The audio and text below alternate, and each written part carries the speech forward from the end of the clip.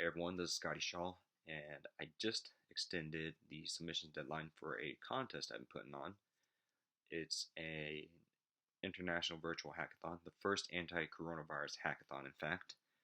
As far as I know, I haven't seen any information about anything else, so pretty sure mine's the first one. It's called HackCOVID. You can check it out at hackcovid.org, HackCOVID.org. And yeah, submissions are due tomorrow at midnight UTC, tomorrow night. So that would be, I think that would be about 27 hours from now ish, something like that.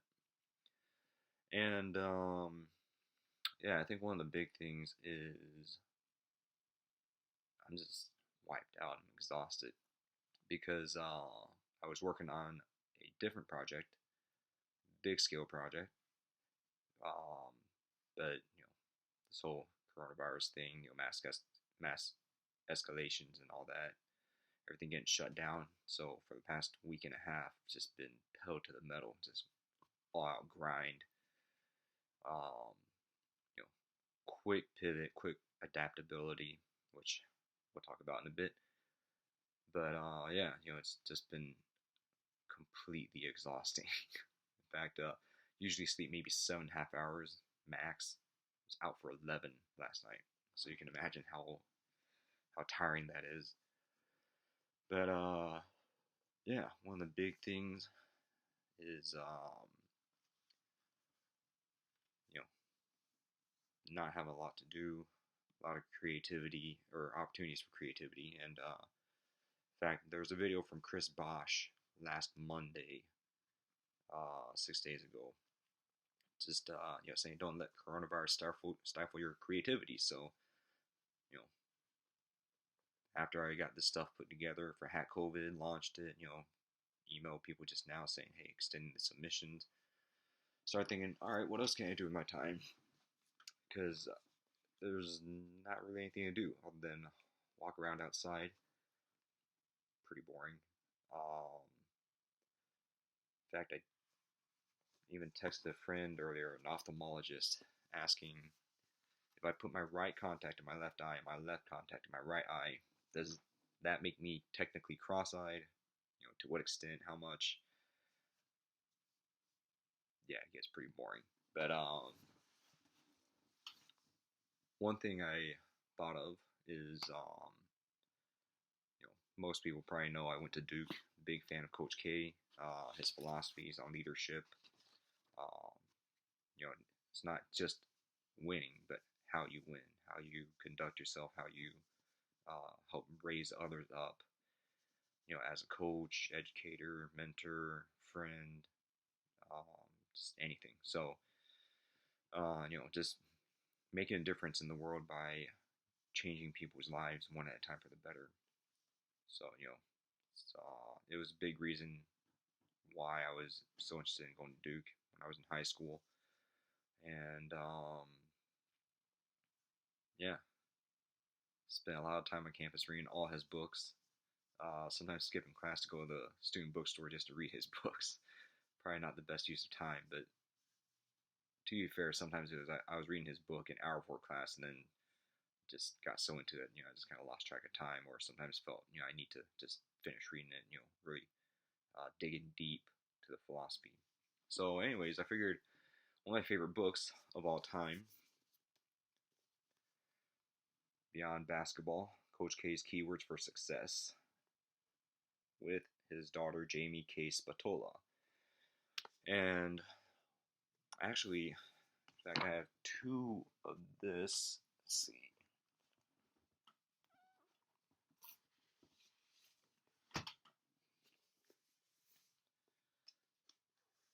So, still have a receipt from Gothic Bookshop. But yeah, as you can see, I have two copies. Why is because this is the one I bought at the Gothic Bookshop, which is the student bookstore I was referring to years ago. Yeah, you can see how faded the receipt is. And so yeah, read this a lot, and unexpectedly, the second one got it.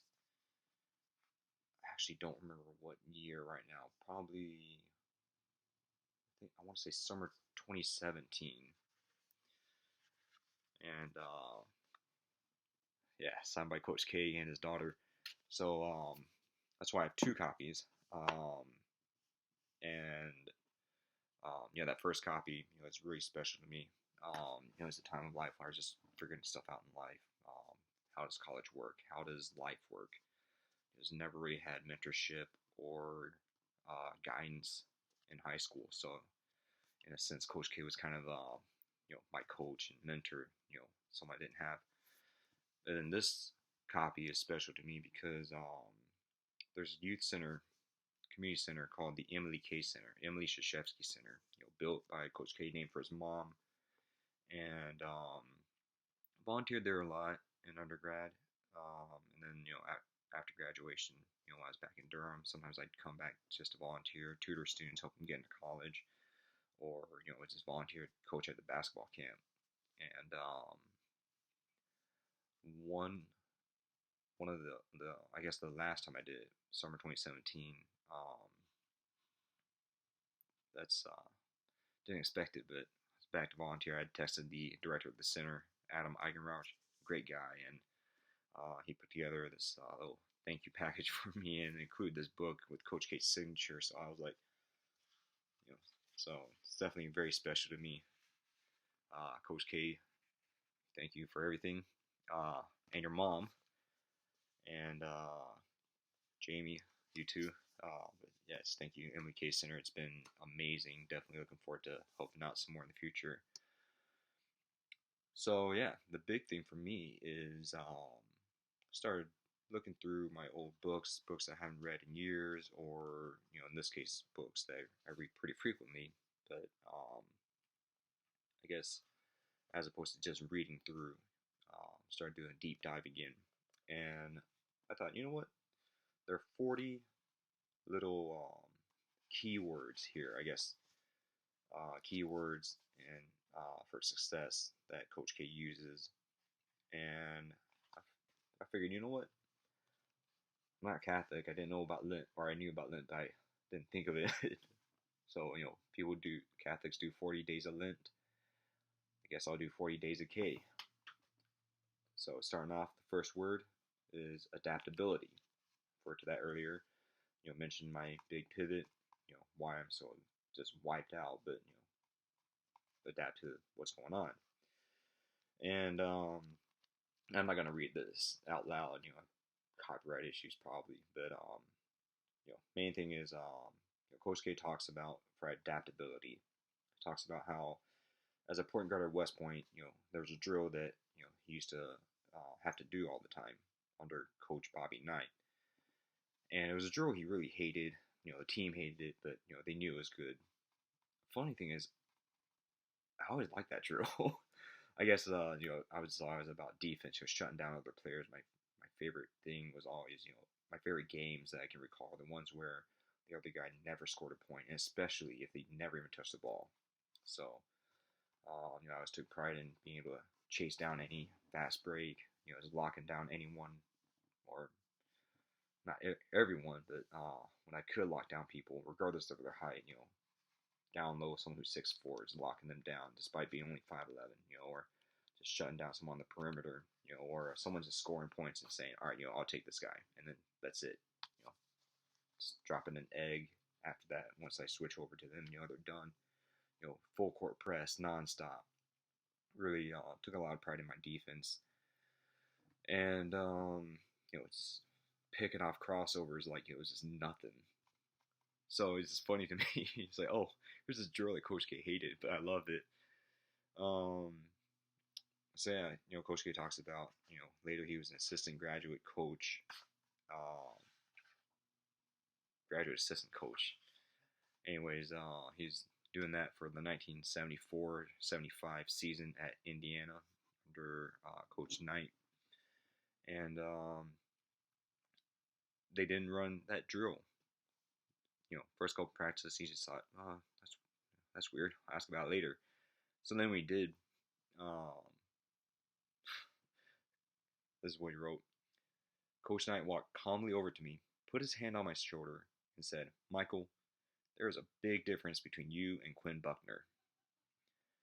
So Quinn Buckner, for this season, 1974-75, he's the junior guard, point guard, I guess.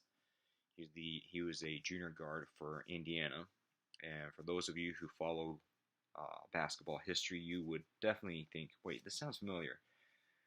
And you're right, because this is the year before Indiana went undefeated and won the 1976 national championship. So this is the amazing thing.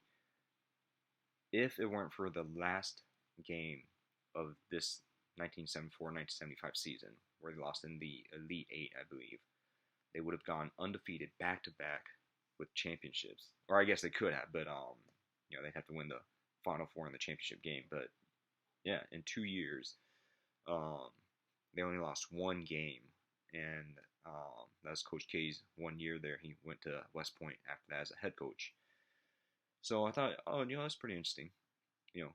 Big difference between Coach K and Quinn Buckner. So did some research on their stats, and it looks like they're juniors if you compare it. Coach K was a junior guard at West Point 1967 to 1968, and Quinn Buckner was a junior guard at Indiana 1974 to 1975. And for comparison, Coach K's team, Army Black Knights, if that's what they were called at the time, they went 20-5. Indiana went 31-1. And then Coach K's team, they scored 66.0 points per game, shooting 48.3% from field goal and 70.4% from free throw. Quinn Buckner's team, 88.0 points per game, and they were shooting 50.9% from field goals and 71.8% from the free throw line. Then in terms of defense, Coach K's opponents averaged 57.9 points a game, shooting 41.7% for field goals, 70.6% for free throws. So 0.2% better from free throw than Coach K's teams, but 6.7% worse, or percentage points worse from field goal. Then Quinn Buckner's team held their opponents to 65.9 points per game, so 22.1 points differential. Their opponents shot 44.0% from field goal, 68.8% from free throw. And I'll see if I can put these stats up on the screen for you to follow. But yeah, so that's how their teams did. And then something interesting to me was there really is a big difference between Coach K and Quinn Buckner. Coach K shot 74.2% from the free throw line, 55.4% true shooting percentage, and Quinn Buckner 58.3% from free throw line with a 50.5% true shooting percentage. So yeah, Coach K, Bobby Knight was right. There is a big difference between you and Quinn Buckner. So yeah, anyways, it was just interesting to me looking up these stats and seeing, okay, there really was a difference, big difference. Also very different kinds of players. So it makes sense that Bobby Knight would run certain drills with Coach K and the West Point team, U.S. Army, but then not with Quinn Buckner's team. So yeah. So Coach K started off as Mike Krzyzewski, point guard at West Point, became Captain Krzyzewski, or I guess for second lieutenant, then eventually captain. As I understand it, he graduated in 1969 and into the Vietnam War, but we were going through Vietnamization already. So I think he mentioned he had some classmates who served in Vietnam, but Coach K himself was a logistics officer in Korea, from what I understand. So I don't know if Coach K speaks any Korean or knows any Korean. I barely know any Korean. I'm not even Korean, anyways. But Coach K, who knows? If you're Korean, see Coach K. I don't know. Throw out a few phrases, see what he knows. Anyways, the big thing I think really is just they're different players, different teams. So Bobby Knight decided need to adapt, and Coach K's lesson was, for every practice he draws up a different lesson plan, because a practice plan, because everyone has different things they need to do. Some players need to do the same drills over and over. Some do it once or twice, look good. Some, they're the type that need a refresher. Some just, they just need to sharpen their fundamentals because they have instincts, but they get loose on the court. For me, a lot of times I focused on practicing, very much shooting from all ranges. Drills from Larry Bird, Kobe Bryant, Stephen Curry, Ray Allen, just any player I could think of. They had a drill, I would do that, and develop an NBA range, because being 5'11" means you got to have a little more range to be useful. Definitely worked on my defense, passing. Just a lot of skills. So the big thing for me, it was, being able to adapt to my opponents. If I need to drive a lot, I'll do that. If I need to shoot a lot, I can do that. If I need to hit from mid range, Jason McGrady was dangerous from mid range. Kobe, Michael Jordan. And I think for me, it was just being able to adapt to any situation. So I think one of the big things is, as Coach K says, adaptability. Your plan has to suit who you and your team are right now. You must always be willing to adapt. When you do, you and your team will be even more successful. So, I think it's definitely one big important lesson.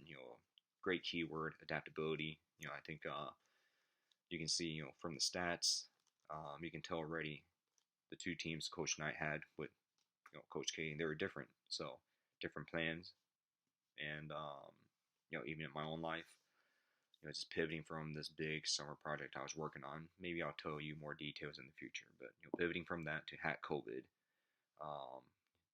this first one this past weekend, adaptability. Coronavirus strikes, nothing you can do. Just adapt to it. I'm bored. All right, well, got books. So,